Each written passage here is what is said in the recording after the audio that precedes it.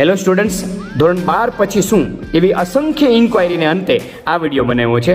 દરેક વિદ્યાર્થી અલગ અલગ ઇન્ટરેસ્ટ ધરાવે છે, દરેક વિદ્યાર્થી અલગ પરિસ્થિતિમાંથી આવે છે, એમની ખુદની મેન્ટાલિટી પણ અલગ છે, એને ઘરની પરિસ્થિતિ પણ અલગ છે, મની મેટર પણ અલગ છે. એટલા માટે કોઈ એક રસ્તે જવું કે બીજાના ચીંધેલા રસ્તે જવું કે બીજા આમ કરે છે એમ જવું, એના કરતાં એક સરસ મજાની વિડીયો દ્વારા એ વાત જણાવીએ કે અસંખ્ય આપણી પાસે વિકલ્પો છે, ઓપ્શન ઘણા બધા છે. તો એ ઓપ્શનમાંથી તમને મનપસંદ હોય એવો ઓપ્શન તમે પસંદ કરો.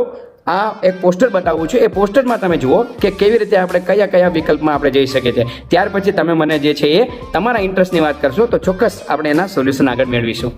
જુઓ, ધોરણ 12 સામાન્ય પ્રવાહ પછી બીકોમ કરીને તમે આગળ વધી શકો છો કોમર્સમાં. ત્યારબાદ મેનેજમેન્ટમાં જવું હોય તો BBA અને MBA કરવું જોઈએ. કોમ્પ્યુટરમાં જેને ઇન્ટરેસ્ટ છે એ BCA કરવું જોઈએ અને MCA કરવું જોઈએ. ત્યારબાદ ઘણા બધા IT ફિલ્ડ પણ છે.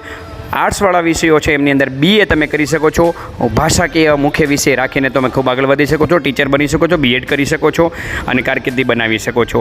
આ ઉપરાંત જેને જે ઇન્ટરેસ્ટ છે, આ પોસ્ટર બતાવ્યું છે, જેને જે ઇન્ટરેસ્ટ છે એ ઇન્ટરેસ્ટની વાત કરશે, કારણ કે ગમતું કામ કરવું વધારે સારું છે કામને ગમતા કરવા કરતાં. એટલે આપણે ગમતું કામ કરીએ, આપણે ઇન્ટરેસ્ટનો જે વિષય હોય એ વધારે લઈએ. એટલે બીજા કોઈને પૂછવા કરતાં તમારા દિલની વાત વધારે સાંભળજો. તમને જે અનુકૂળ હોય, તમારો જે ઇન્ટરેસ્ટ હોય એમાં તમે વધારે ધ્યાન આપશો તો ચોક્કસપણે આ બાબત જે છે આપણને આપણા ભવિષ્ય માટે સારી રહેશે.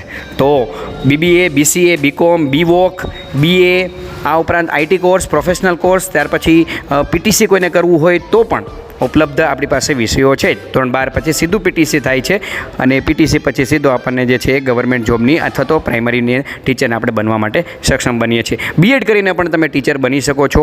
BBA, BCA અને BCom કરીને તમે પોતાની કારકિર્દી બનાવી શકો છો. BVoc દ્વારા સીધું સ્ટાઇપેન્ડ મેળવીને પણ તમે કરી શકો છો.